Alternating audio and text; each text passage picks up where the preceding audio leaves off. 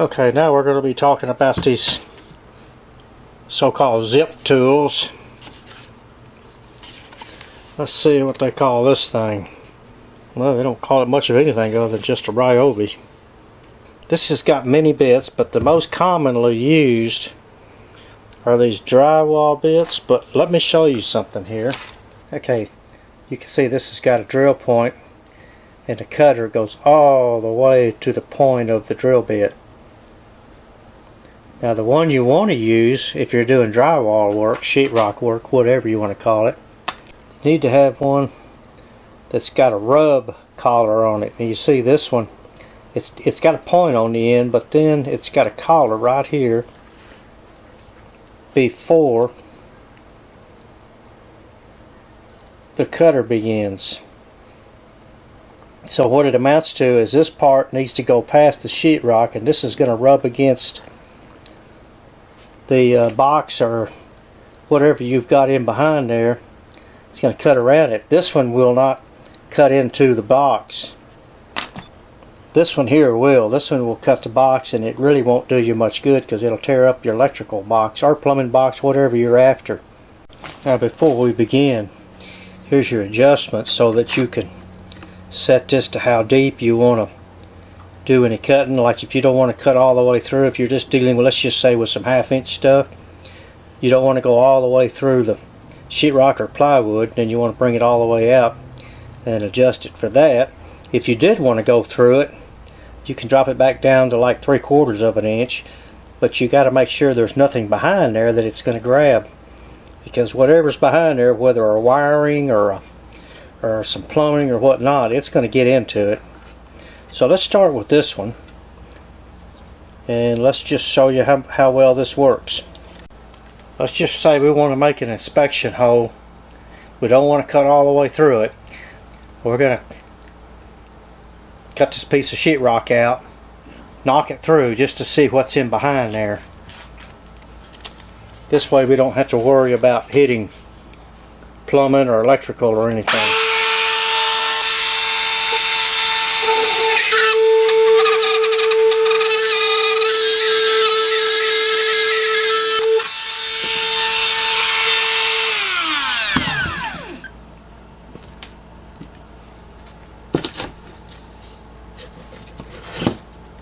Okay, now we can see what's in behind there, and see that just barely went through, so there's no chance of grabbing anything. Now if we would have gone that far through there, then we would have probably hit something if anything was back there, an electrical wire, plumbing pipe, whatever. There ain't no telling what's back there. But this is the one that's got the cutting bit all the way to the end. Okay, now let's use the one with the rub collar. Okay, we've swapped out from the bit that's to the one with the rub collar on it. And just if you're using sheetrock, well then what you want to do, you want to make sure that the cutter all the way to the end is cutting both the outside and the inside, and then the rub collar, and maybe just a hair bit more of the cutter, so that we know we're going to cut the both sides of the sheetrock. Now it won't cut if we just go in just a little bit and try to move somewhere. It's just not going to cut at all. It's just going to rub. We have to go all the way through.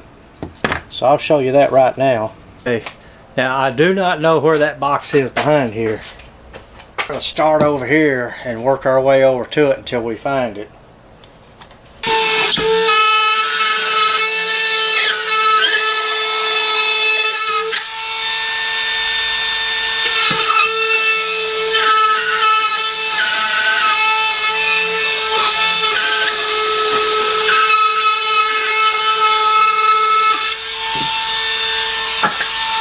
And there it is.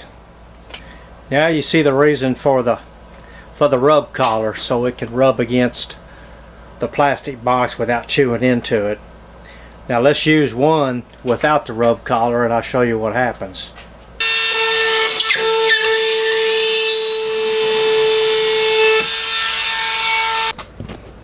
So you can see what happened. It just ate a hole through the box. And so that wouldn't have done any good. Now the nice thing about this zip tool is you have all these grinders that you can use. I use these little small ones here to sharpen my hedge clippers. And if I ever get around to sharpening my chainsaw, I'm gonna, use these. But the thing about these things, they're not very durable. They wear out really quick, so you have to get a bunch of them. So I'm sure I get about 4 teeth before it wears down to where it's unusable. But that's because I might start here and I go back and forth, and of course it just wears it down to nothing.